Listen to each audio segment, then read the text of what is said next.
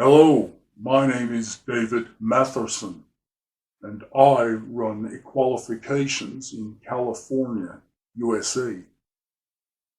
I am a retired government agent, and I still do work for the Australian government and small projects for the US government in my retirement.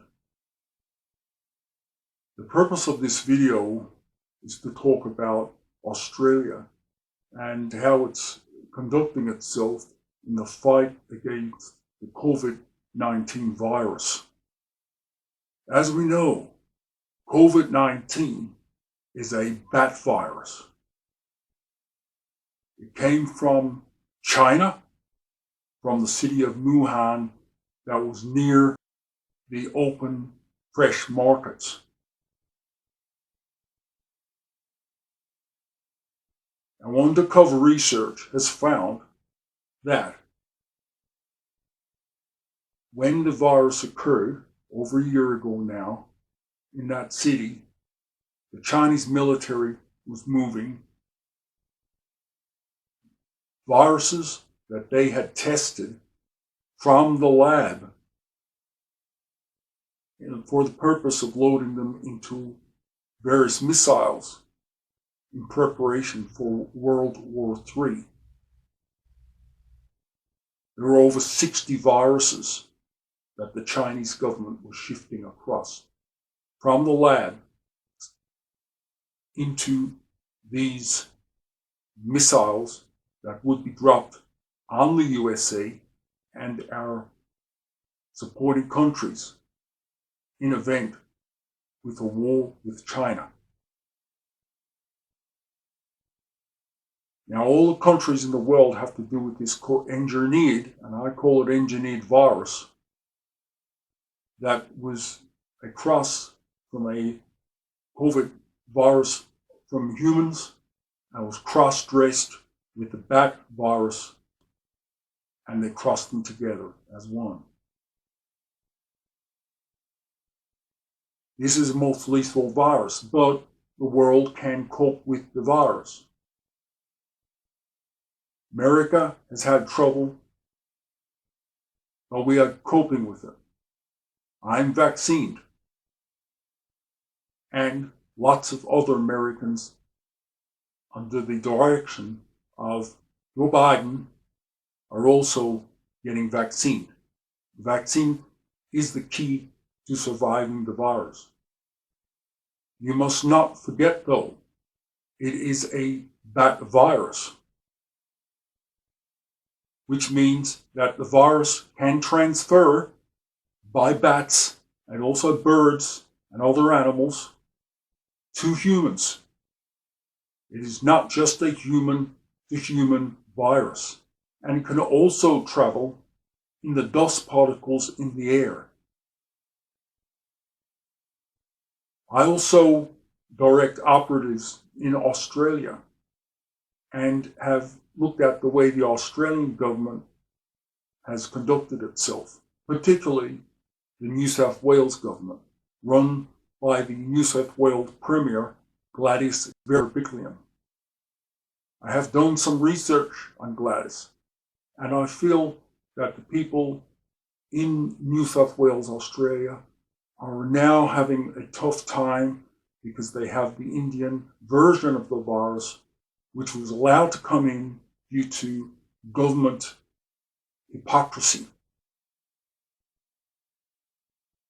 Apparently, a limousine driver was driving people from overseas and he got the virus.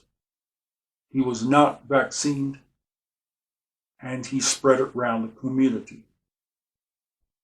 However, the virus has been contained and it is pretty low. I think at the moment there are only 30 or 40 cases, and they're in a suburb called Fairfield. And you got a suburb, Fairfield, Bankstown, and where a lot of Muslims live. Beautiful people. I love Muslims. I don't like anybody telling them what to do. And at the moment while I speak, the Sydney, New South Wales population has been under a blanket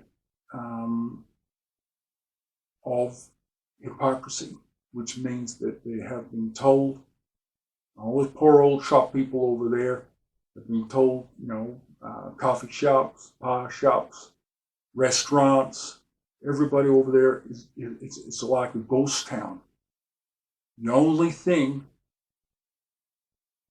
in the lockdown period that people can really do is go to the shops and buy products and maybe, just get around a bit of exercise and all that. Now, there was a draconian rule that apparently they're producing over there was just contained, which says only one person per family can go to the shops. How ludicrous is this? If that one person gets the COVID-19 Indian strain of the virus, that one person will spread it to the family. It makes no reasonable basis to make one person from the family go out to the shops alone. You could have a couple, an old couple of old people, and you could have the male of the family and the female, two old people. They help each other. They work as a team. You could have the old guy go out and he could have a fall, he could have a heart attack or anything as a consequence to doing the shopping himself. He may also get mugged by being himself. There's safety in numbers. Now, my problem is Gladys Berejiklian, and I refer to her as a goddamn racist. The reason why I say she's a racist is because she has locked down the suburb of Fairfield, which has a couple of 100,000 residents there, and she's preparing to lock down Bankstown, which has an amazing population of Muslims, and also, people who are the Arabic, Italian, all those beautiful countries. People have come there and they've built this country. They've goddamn built Australia. Most of the high-rise buildings, they're building all over the place, multi-story buildings, and they're all now approaching 100 stories high. Those goddamn structures are built by the Middle Eastern people who live in Fairfield. A lot of them have million-dollar houses there. And the government is treating these poor people, these hard-working Australians, the government is treating those people, led by Gladys Berejiklian, as inferior. And they don't believe these people can even shop on their own. These people know how to shop. They're good eaters. They did take care of themselves. The Mediterranean diet, and a lot of them have low cholesterol or very old age. These people don't need to be told what to do by one useless New South Wales Premier, Gladys Berejiklian. When Gladys Berejiklian took over from the previous Premier of this great city and state, which is New South Wales, her first thing she said at night is, "We have got billions to spend, and I'm going to spend it." Now Gladys has spent around $100 billion in underground tunnels, railway systems, all crap of shit that these people don't use. Every suburb has got virtually, in the northwest of Sydney, has got a railway platform. When I was in Australia about a year ago, I drove past numerous of these platforms, and they were goddamn empty. And that means now Gladys here, who's a racist, also spends money like water. She likes organizing tenders, and she likes signing agreements with big people who run the building industry in New South Wales, Australia. You can't beat the COVID-19 virus by stay-at-home orders. The only way is through vaccination. Unfortunately, the Australian government has failed in that as well due to the ignorance and not planning ahead, and which means that there is an adequate supply of the vaccines that are required for immunity, for herd immunity to occur.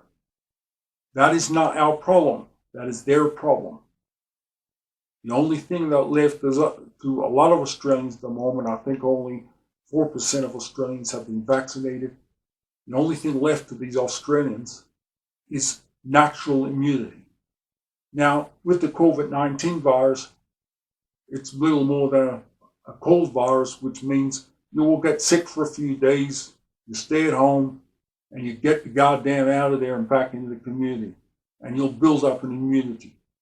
If you have an existing condition like diabetes, problems with your blood, cancer, all that sort of stuff, asthma, it may create trouble. You may have to go onto a ventilator in hospital.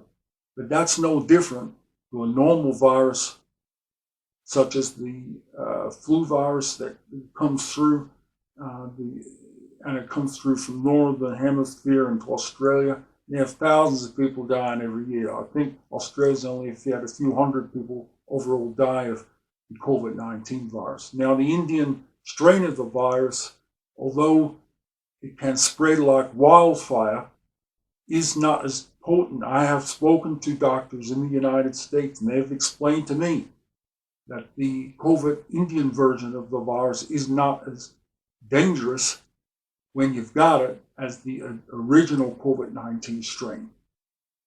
It might spread more and easier than the COVID-19,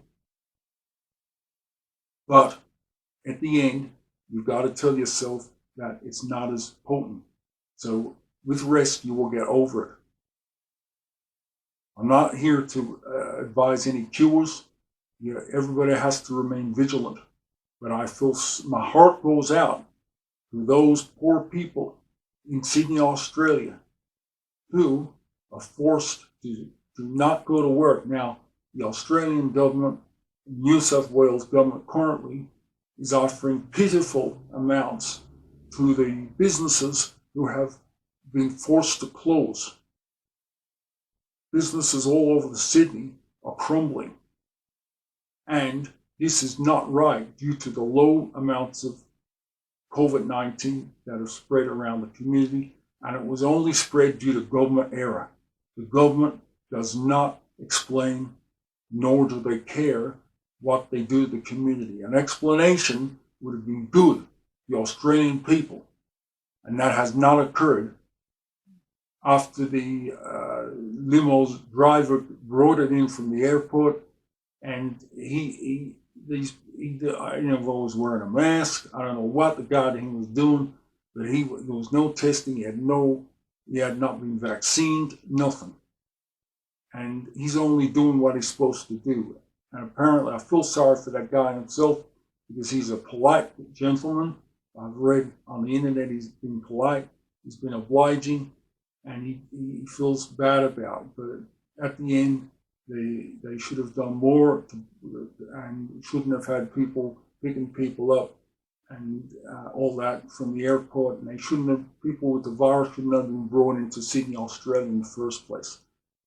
So Gladys, I'm talking to you now. I believe Gladys Berejiklian is a racist.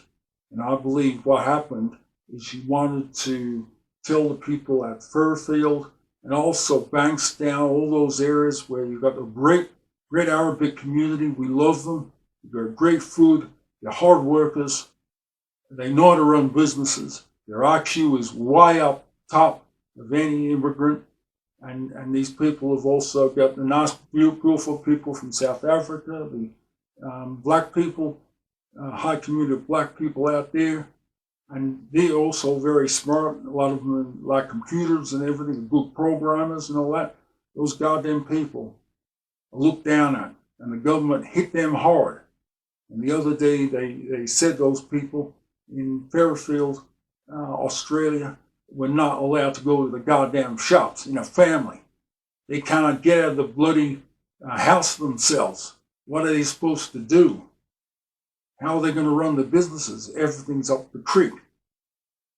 Now, I believe this blanket order is bad because what they've done is they didn't want to be seen as racist. So they then turned around and they made this blanket order right across Sydney, Australia. Sydney, Australia, you can't even go past the Great Dividing Range. You can't go to the Blue Mountains. You can't go goddamn anywhere. Only for a handful of people who've got this goddamn virus. So, Gladys, racist Gladys, I despise you. I hate you. You're not worthy of your job. And I hope all those people in Sydney, Australia, when it comes to voting next time, I hope all those people turn around and vote you right out of being premier. You're not entitled to the position. The quicker you get out, girl, the better. We need better people in power.